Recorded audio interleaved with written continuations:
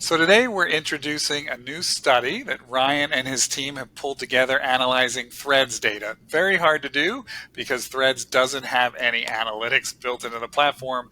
Ryan, you and your team posted or analyzed over 1,100 thread posts. So Yep. what are some of the things you've seen as you're doing that? I've seen the differences in how brands have approached their threads tactics. Some brands really went all in and they posted a lot. There were some brands that tried to create what seems like a Threads identity or Threads voice. There were some brands that didn't necessarily look like they were figuring it out. There were some brands that looked like they were just regurgitating from other channels. There were some going into the more avant-garde, dare I say, potentially Lovecraftian take on Threads. We saw some weird. There's some weird kind of some weird tactics creatively. Lovecraftian. I love that. Yeah. If we can share some of the data now, what are you seeing? Let's start with post frequency, I think. And as we wait for the screen share, which isn't the fastest on our little recording I know. app here. No, not you. It's just it's a little slow here on this platform. But what are we seeing in terms of post frequency? Hopefully the data will launch in a second. There we go. Yeah. Post frequency. So we were able to segment out the first day that Threads was live from the week following that day and the second full week. So on launch day, that was when we saw the highest activity. That tapered off, and effectively within the first following week, we essentially saw that same volume activity that we saw in the first day. By the second week, though, that activity, both from the brand side in terms of posting volume and on the audience side in terms of engagement, decreased by more than half, almost 3/4. So Yeah, the activity has definitely waned. It was pretty glorious there for a day or two. It felt like 2008 and all this energy. So let's break it down to the next slide. You jokingly referred to a few brands as the tryhards. Yeah. And you can see there's some clear outliers here for how frequently brands posted. What were some of these highest posting brands? Yeah, so just to kind of add some additional numbers for context, we're looking at about in the first day, about 2 to 9 posts on average per brand. In the second and third week, closer to 1 to 3 times per those weeks. Then we had some brands that in the first day posted around almost 100 times in one day. And then we saw them post about 100 times within 1 week. That, of course, has gone down drastically, and that max is at 36 by the second. So still very high frequency on Threads. Some of those brands were, we had Forbes, we had ESPN, and we had MLB were the top 3 in terms of post volume. It took a little while to manually pull those counts because I bet it did so much. So if we go to the next chart, which will really take out the tryhards, if you will, the outliers, you can get a sense of how often most brands were posting. Yeah. So this is the more normalized spread here, and you can see that initial excitement on the launch day, and then that activity maintained in the week following, but then that drastic decrease in volume in the second week. So I know Forbes posted over 100 times, and McDonald's posted only 3 times. Like, that is correct. Who won? So let's let the numbers answer that question. So McDonald's had 3 posts. When we look at those 3 posts, the median engagements per post came to a little over 50,000. The engagement rate was almost 15%. Again, they only posted 3 times, and in total, those posts generated over 100,000 engagements with those 3 posts.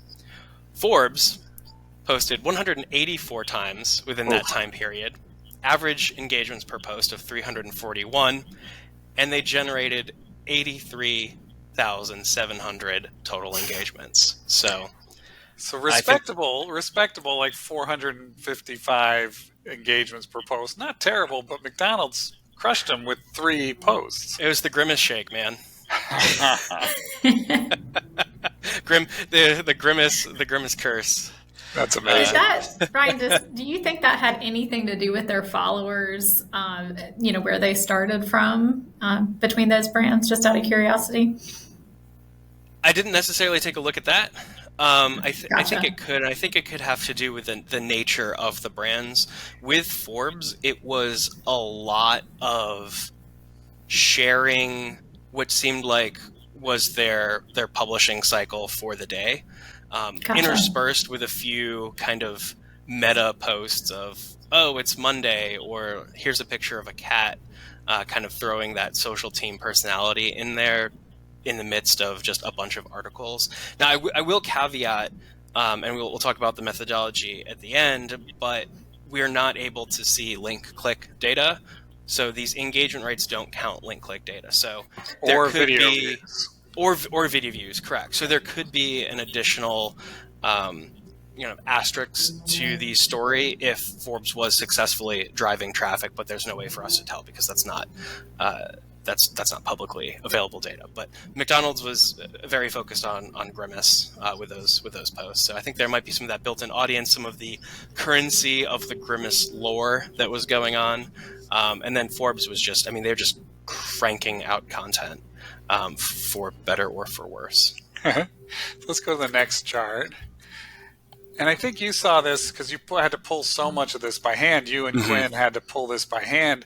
You noticed some things anecdotally, and the data here really supports that. Talk about comments. Yeah, so one thing that I noticed that was really interesting was it seems like people want to talk on threads. Twitter could be very conversational, and it seems like that's what people were wanting with threads.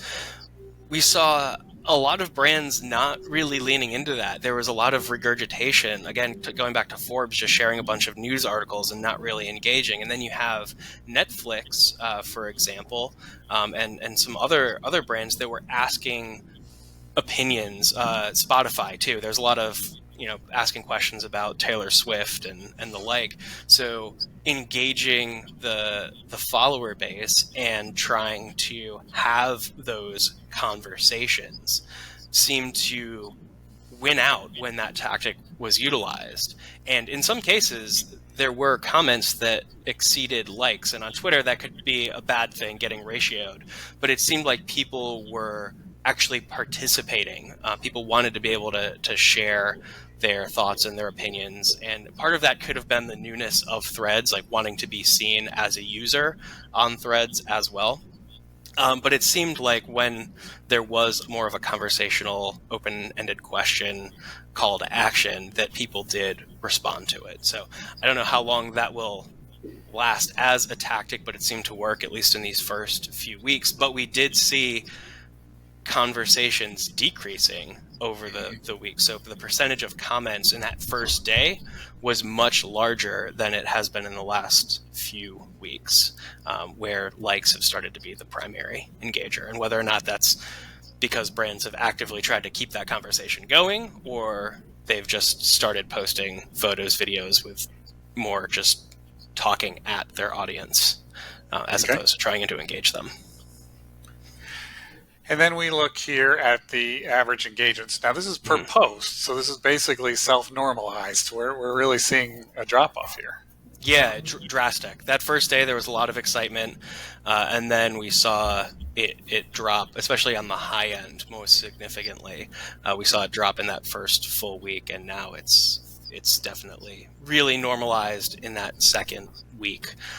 Definitely saw at least a decrease of 50% across the board from that initial launch to where brands are currently sitting now. Okay. And then we have this chart, which is a bit of an eye chart, but it is by industry. And so you have travel, tech, sports. What does that say above that? Can't even read that. Industry, travel, tech, sports, services, retail, services. Yes, yeah. Yeah. What does this clustering tell you? Yeah, so again, I talked about those tryhards, two of which being ESPN and MLB. They posted a large volume, lots of video clips, and you can see that it didn't necessarily pay off for them because that bulk of posting volume is clustered on that low end when you compare it to something like entertainment, which had a wider spread. So the odds of getting a higher engagement rate were better for entertainment. And again, going back to Netflix and Spotify, two of those brands that were using more of a conversational tactic. So I think by industry, you can see that spread of effort, that return on effort based on volume and what you're getting out of that engagement rate return. Okay. So I think we can stop the screen share at this point. And, Lisa, I'm going to turn to you a bit. You've been quiet and listening. What do you think if a brand comes to you and say, hey, we're not on Threads yet? What would happen if we did? Should we get on Threads? That sort of stuff.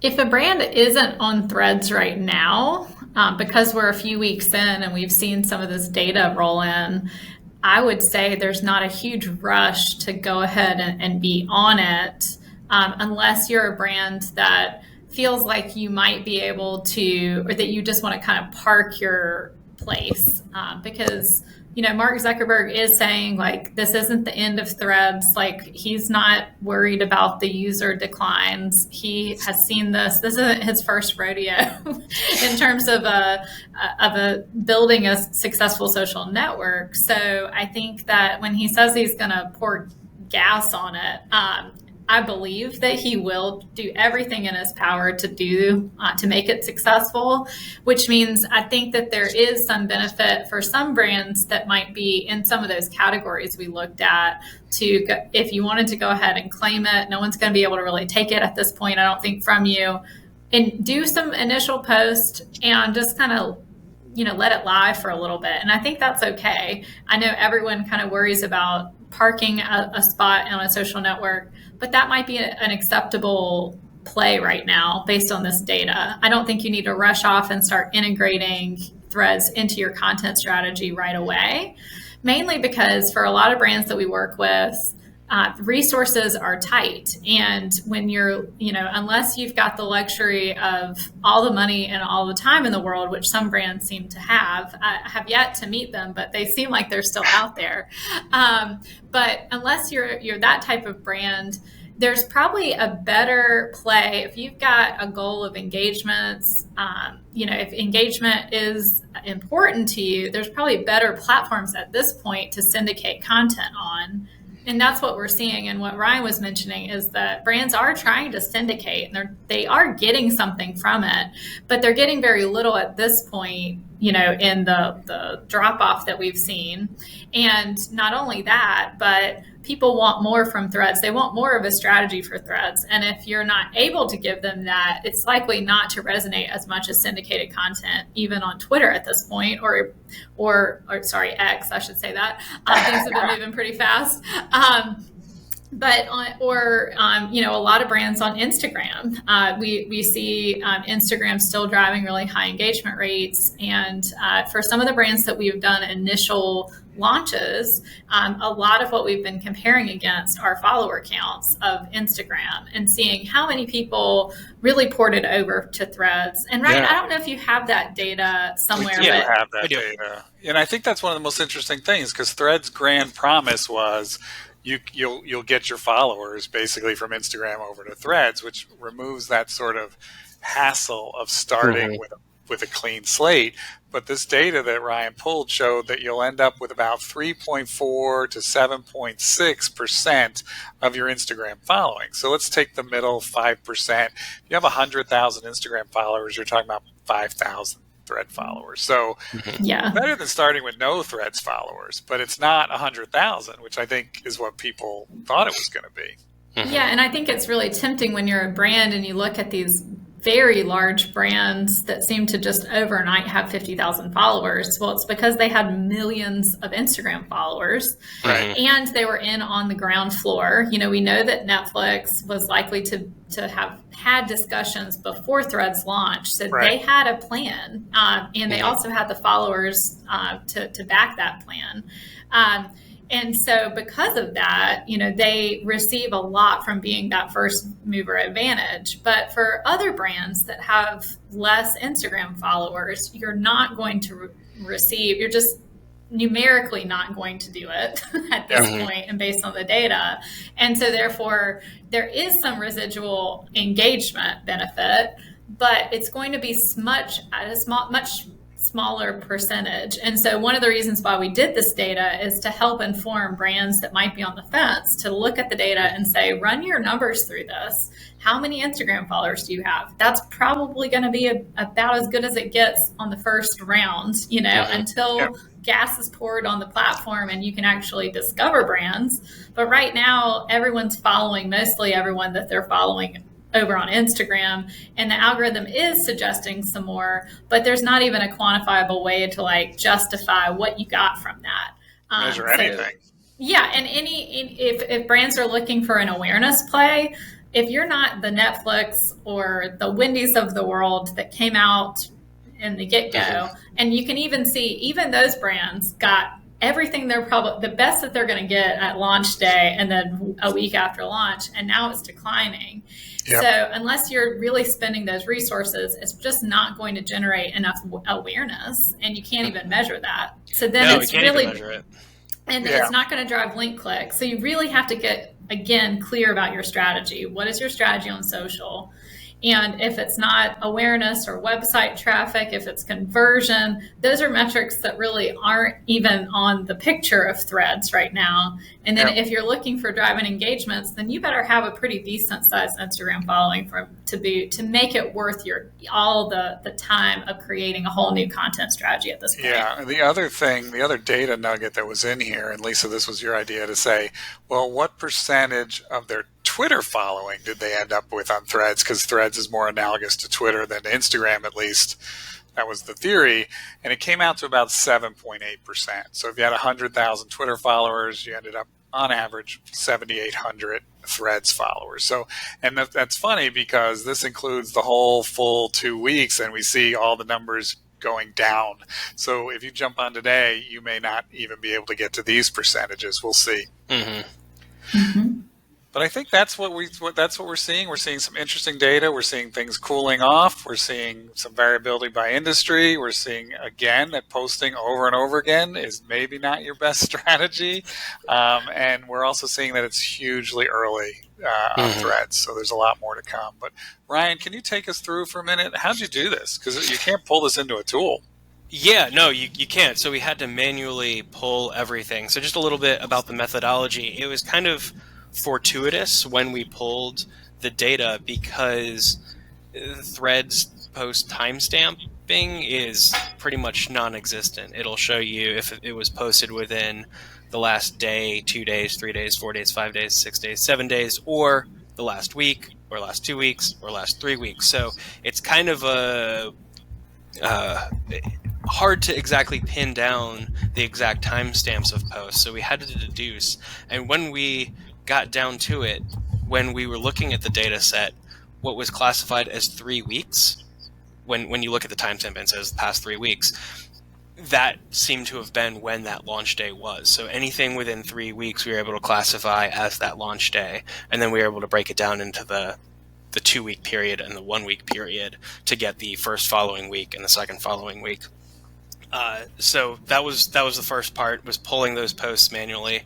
We were able to pull the like volume and the comment volume.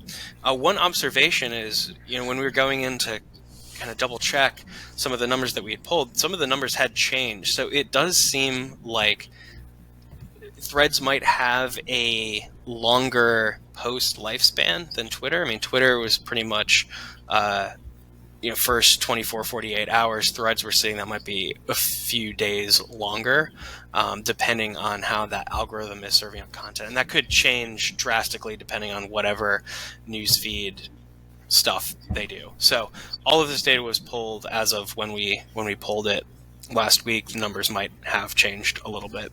Yep. Just to caveat that. Again, as we touched on, we weren't able to pull click data, video view data, or any other engagement data because of what is visibly available to us on the platform. There is no impressions data. So we had to assume, so engagement rates were calculated likes plus comments divided by follower count.